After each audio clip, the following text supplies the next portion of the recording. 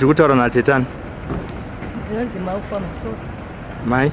Maufa Masore. Maufa Masore. Mungatudza kuti pachipatara pamanzi chiitaona muchipinda manje manje ndobva tazoona futi maakubuda zvekare. Ari kubayiwa hake mazuva ese TB. Okay. Ari kubayiwa hake. Hawasi kushota hawo kumubaya. Wari kumubaya. Asi dambudziko randinaro ndirori kufamba nebhara daily. Handina chekubata. Apa zvino ndinotoona dambudziko rekubhadhara mari yerendi ndeingachisenza. Saka rakaregera nekurwara. Saka mari yerendi ndeyakutondinetsa. Kuti ndeiwana kupi kuti ndibhadhare rendi. Ini ndakangodaidzirwa urwere ndichibva kumusha. Ndikasvika parire nyatwa. Akadhimitwa parire nyatwa kuti akadhimitwa parire nyatwa. Akazoburitswa achinzi manesi hapana. Akaiswa paNazareta akaburitswa futi akanzi manesi hapana. Mopota muchienda naye paidhiti kuti abayiwe. Saka ndiri kuuya hangu dhairi panapa achibayiwa. Saka ndo dambudziko randinaro.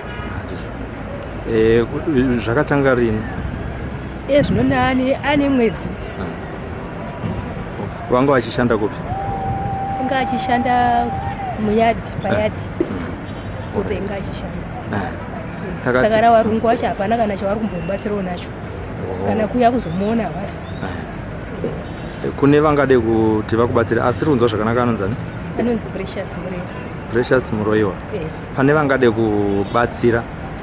Pane nhamba here yavangakwanisa kukubatsirai kana kuti pamba pavanokwanisa kuuya vachizokuonai kunokubari? Vanokwanisa kuuya kuzondiona ndogara muna 70 kana pa 17. Nhamba yekuti kana munhu achida kukubatsirai iri yeeco cash kana kuti ye1 man ingange iripo ndeyekuti chii kuitira kuti kana pana anoda kukubatsirai nekuti zvatiri kutorai zvinoonekwa pasi rose vanhu mumwe hatizoziva kuti anoda kukubatsirai angakubatsirei achibva kupi asi nhamba inokwanisa kuitwa eco cash nhamba inoti chii?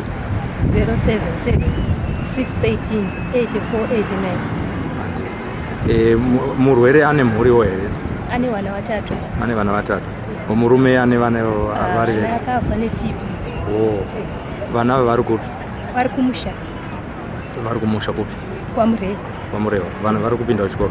Vari kuenda kuchikoro. Vari kubhadharirwa neschool fees? Mumwe anobhadharirwa nebhimu.